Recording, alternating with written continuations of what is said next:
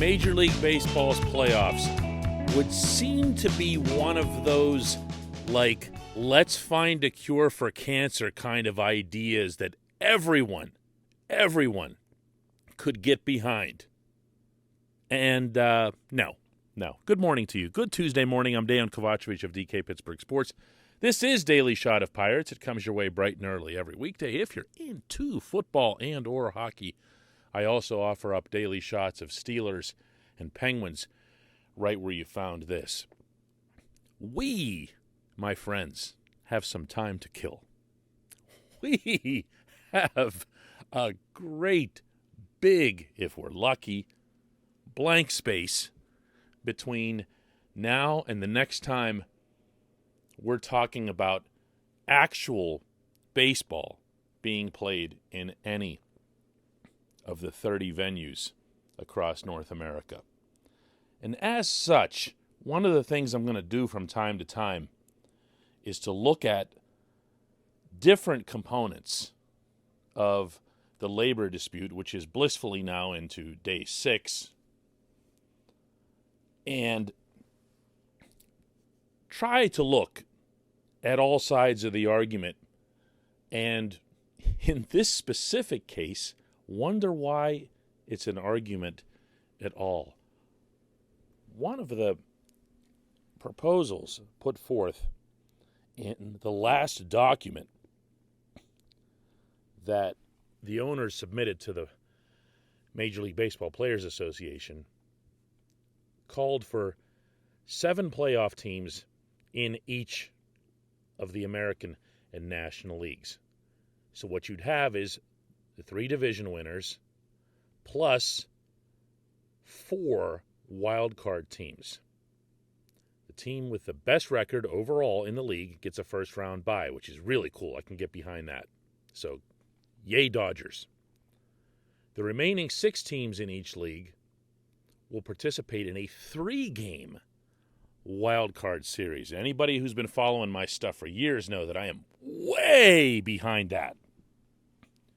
And I am still a believer that if the Pirates had a 3-game wild card series or any kind of actual series as opposed to a one and done, that they very likely would have gotten rewarded with a lot more than just the one win against Cincinnati in 2013 out of that 3-year span, especially the 2015 team. That's the one. The 98-win team not advancing. Just the whole one and done is just a terrible format for anything other than football, but especially baseball, which is played in series.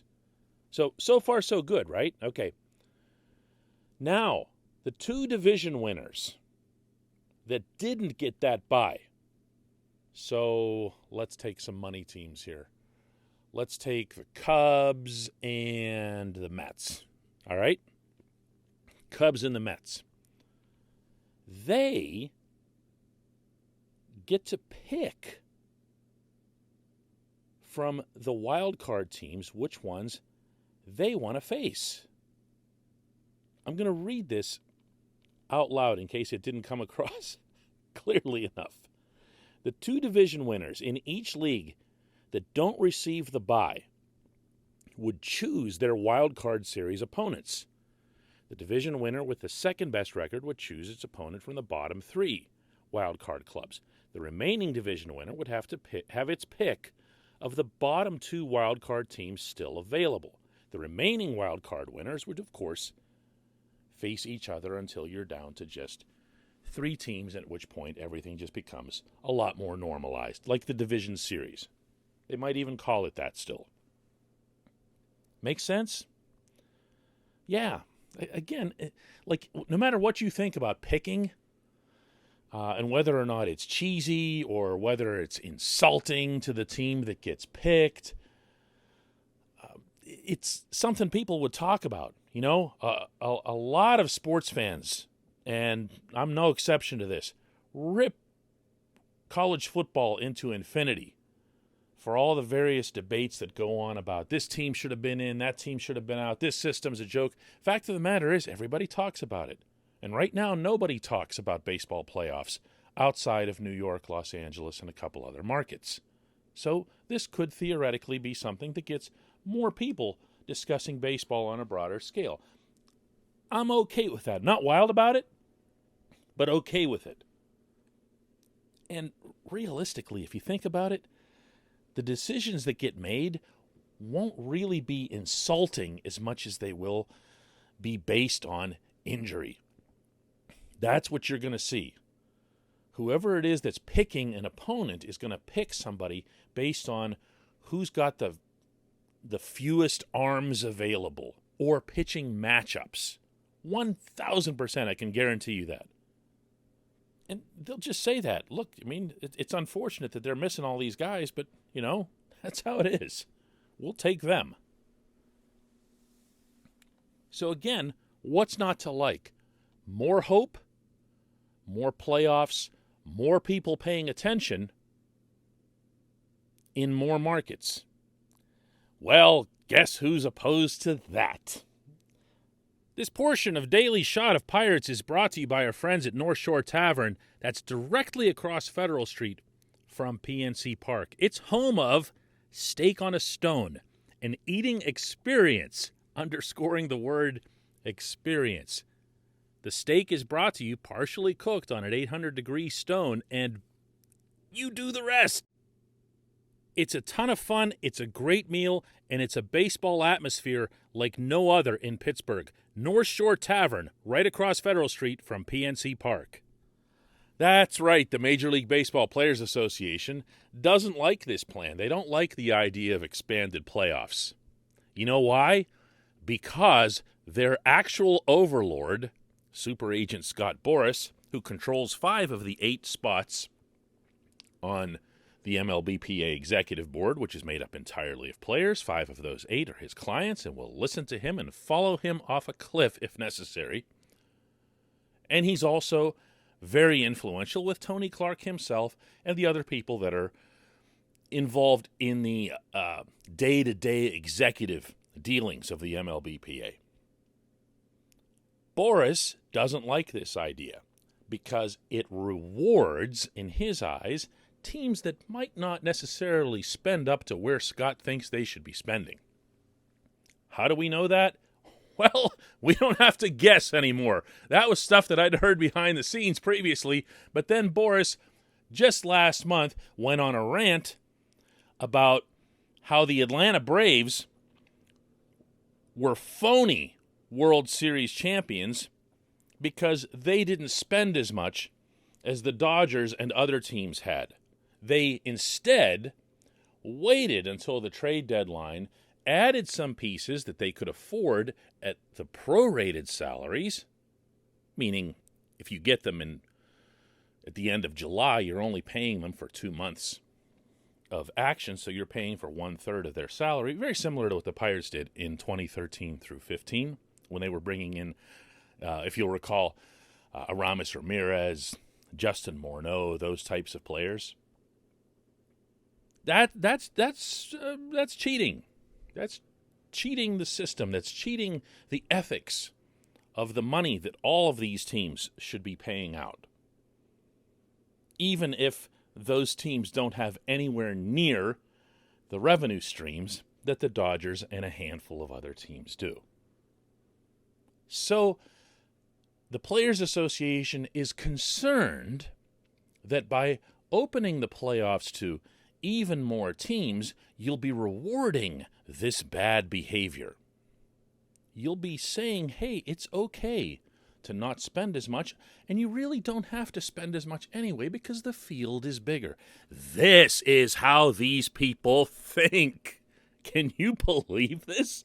And can you believe that there's any segment of baseball fandom that looks at this and doesn't say, what in the hell is wrong with these people? How is there no pushback to this? How is there no pushback from the players themselves who lose out on playoff revenue? No, you don't get paid a salary, but you get paid round by round. It's not enormous. It's definitely not what Bryce Harper makes in a regular season game. But it's still more money. Oh, you know what else it is? It's more opportunity to win a World Series, which last time I checked, I thought was the objective of playing this beautiful game. But no, it turns out I was wrong. The objective is to fill Scott Boras's pockets. So what he wants is a world in which everybody is the Dodgers. Everybody just magically produces a 25-year, $8.3 billion local TV contract and commits it to Scott. That's his world, in which the owners, individually and collectively, bow at his feet, even to the extent that they, the players, will go along with an insane notion like this, that fewer teams participating in the playoffs is a good thing. And please, spare me purity and this other nonsense. Baseball would still have only 14 total teams in the playoffs, which would be the same number as the NFL and 2 fewer than the NHL and the NBA. Nothing would be out of line in any capacity. The only thing that would happen is that more people would enjoy the game, more markets would have more hope. Can't have that. When we come back, just one question.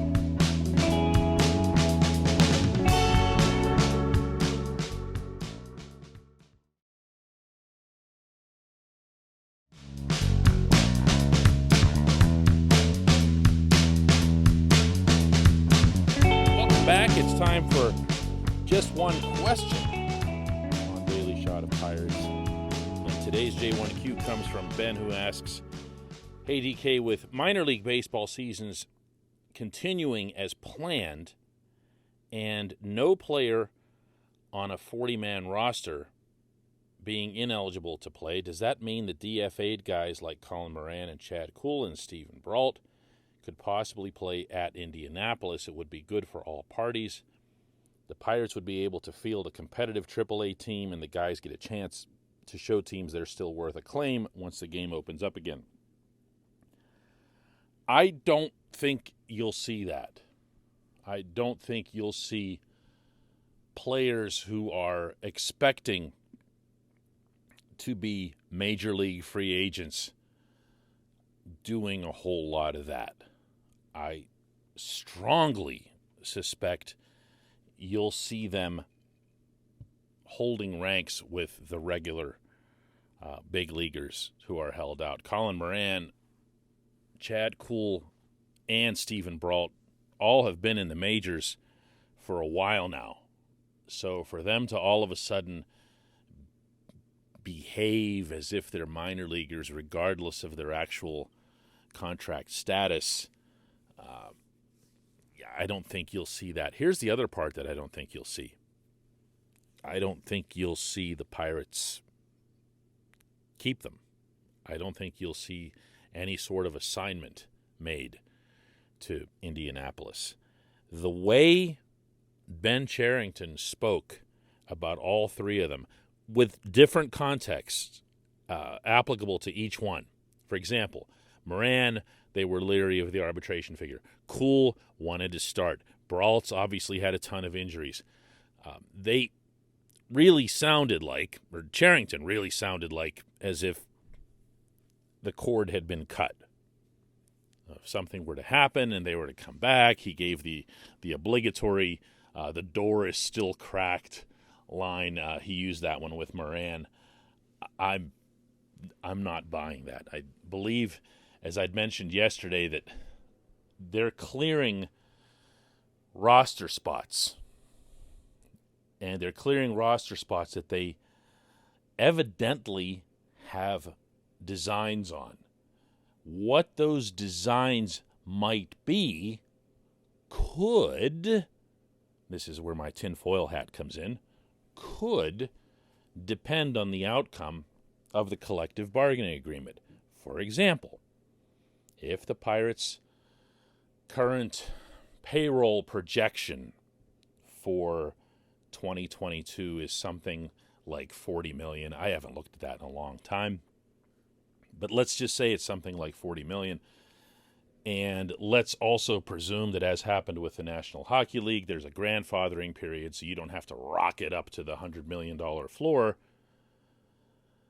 that you'll need to at least move up somewhat. You do need to go in that direction. And I think the same thing will apply as it did in the NHL to teams that are grossly over the ceiling, meaning Dodgers mostly. That you've got to start finding a way to work your way down. I mentioned yesterday that the Yankees only committed $2 million total in free agent spending, while the entirety of baseball was on the hook for $1.7 billion of that in November. That kind of raised my antenna there in both directions. The Pirates are going to have to be able to spend money without committing it to mediocre and or shaky players. When I'm referring to shakiness here, I'm talking about the injuries. Cool coming off the Tommy John and being erratic. Moran missed most of the season to injury. Brault's missed most of the past 2 or 3 seasons to injury. That if they're going to be forced to spend money, you don't want to spend it on those guys. I did hear from a listener today, and I want to throw this in parenthetically, remarking that when I brought this up yesterday, you'd hate to see the Pirates force their way up to a salary floor by bringing in a whole bunch of Roberto Perez and Jose Quintanas. And I agree with that, but I'm going to repeat here, there's a grandfathering period with these things, always. So I don't believe that either Perez or Quintana were brought in for that purpose. Perez came in to address an immediate and grotesque hole in their lineup, meaning that they don't have a catcher, like, at all. So they paid what was necessary to bring in Perez. They felt he'd be the best fit for this pitching staff, et cetera, et cetera. And Quintana, they think he's going to be fine. They think he can contribute. They don't see him as washed up or past tense. They saw something in his strikeout rate last year, even while his ERA and the more conventional numbers were terrible. They think that they can get him to get enough swings and misses to become a good pitcher. So I wouldn't lump those guys into this thing that I'm discussing. I'm saying that you don't want to have either payroll or, and this really is more important, roster spots. You don't have roster spots into infinity. Nobody does. Not even the Dodgers, although I'm sure they could pay somebody enough to get some. So you have to be careful what you commit to. Because if you do have to spend up to fill holes in your lineup, you're not going to want to have Moran and Cool and Brault blocking them. I appreciate the question. I appreciate everybody listening to Daily Shot of Pirates. Let's do another one tomorrow.